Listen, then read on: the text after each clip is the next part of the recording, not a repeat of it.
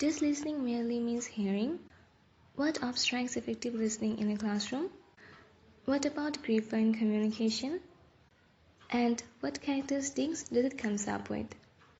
All these questions will be discussed in this video. But before that, let me introduce myself. I'm Abida Akter, first year undergraduate in Business Administration. This briefing is covered under the course entitled Business Communication. So, the first question here is, what is listening? Listening doesn't merely mean hearing. It means receiving, interpreting, and reacting to the messages from the speaker. Now, let's identify the factors that create barriers to effective listening in our classroom. A remarkable issue here is the continuous buzzing noise created by the electrical fans. The condition gets even worse when any fan is out of order, creating worse buzzing noise. Moreover, blithering too often interrupts the smooth delivery of classroom lectures.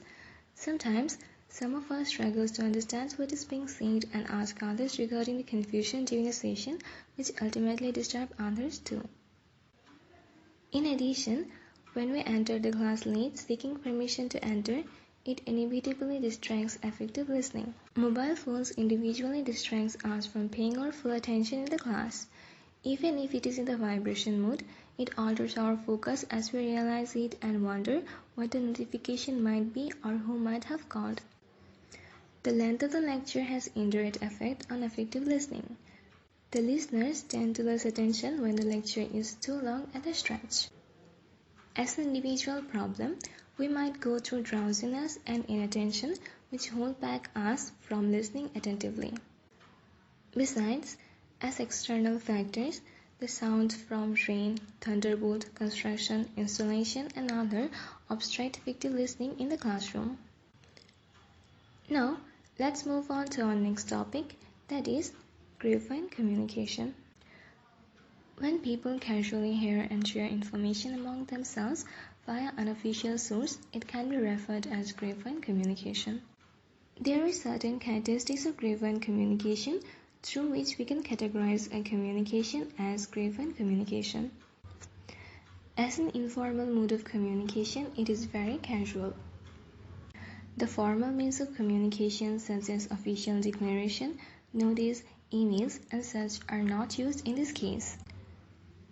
The medium used for transmission is not necessarily the same.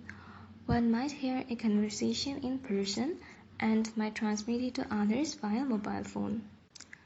As the information passes through multiple channels, it is easily discernible and there is considerable possibility of misunderstanding and misinterpretation.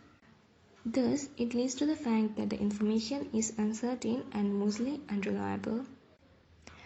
As the name suggests, just like grapevines, following no specific guideline, they spread fast and in multiple directions. As there is neither any definite sequence for transmission nor requirement of any authorization, the information spreads really fast and wide. So, this is the end of my presentation. Thank you so much for your attention.